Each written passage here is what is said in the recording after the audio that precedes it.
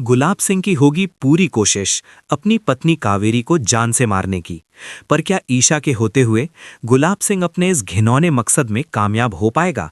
जी हां दोस्तों, कहानी की शुरुआत होती है उस पल से जब ईशा जी खुशबू भाभी के साथ सूरज से मिलने पुलिस स्टेशन जाती हैं, जहां सूरज गिड़गिड़ाते हुए ईशा जी से बात करने की कोशिश करता है। वो बताना चाहता है, मैंने आपकी मां पर गोली नहीं चलाई थी क्योंकि मेरी बंदूक में कोई गोली थी ही नहीं। लेकिन ईशा जी, जो सूरज की शक्ल तक नहीं देखना चाहती, अपना मंगलसूत्र उतारने ही वाली होती हैं कि सूरज जोर से चीखकर उन्हें रोक देता है और 48 घंटे की मोहलत मांग लेता है अपनी बेगुनाही साबित करने के लिए। ईशा कहती है, ठीक है, 48 घंटे में अगर तुमने खुद को बेकसूर साबित कर दिया तो ठीक, वरना तुम्हें सजा जरूर मिलेगी और फिर हमारी मुलाकात होगी सीधा कोर्ट में। सूरज मान जाता है और ईशा जी वहां से सीधा गुलाब हवेली लौट जाती हैं।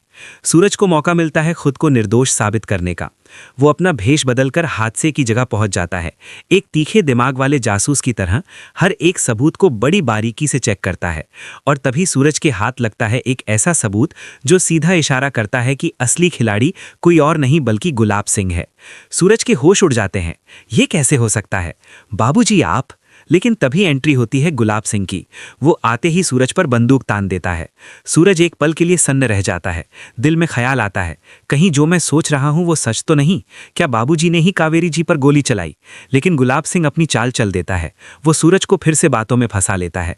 अरे पगले, हमारा कोई दुश्मन है, वो तुझसे नफरत करता है, उसने ही सम सेट किया होगा। मुझे यकीन है तूने गोली नहीं चलाई, लेकिन अब तुझे असली दुश्मन के खिलाफ सबूत इकट्ठे करने होंगे। सूरज के पास सोचने का वक्त ही नहीं होता।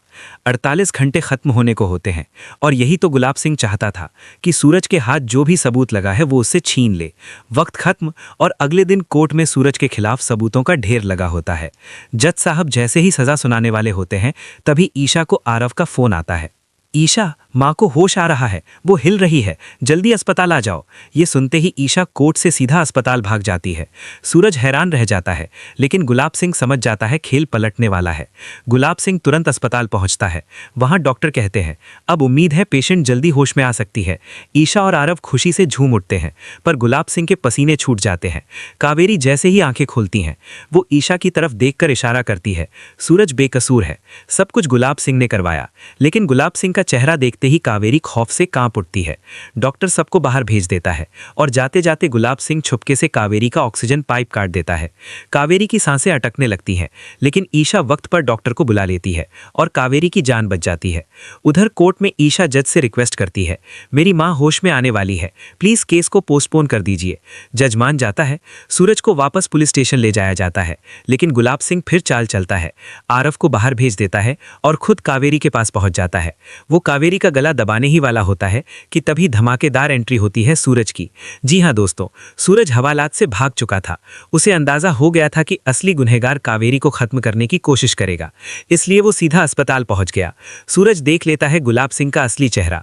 वो गुस्से में आकर गुलाब सिंह को कॉलर से पकड़ लेता है, उसे घसीटते हुए कॉरिडोर में ले आता है। तभी वहां ईशा पहुंच जाती है। सूरज चीखकर कहता है, ईशा जी, बाबूजी मां को मारने की कोशिश कर रहे थे। लेकिन गुलाब सिंह उल्टा दांव खेल देता है। ईशा बेटी, ये तेरा पति बहुत खतरनाक है। ये पुलिस स्टेशन से भागकर यहाँ तेरी मां को मारने आया था। अगर मैं वक्त पर ना आता तो। ये सुनकर ईशा का खून खौल उठता है।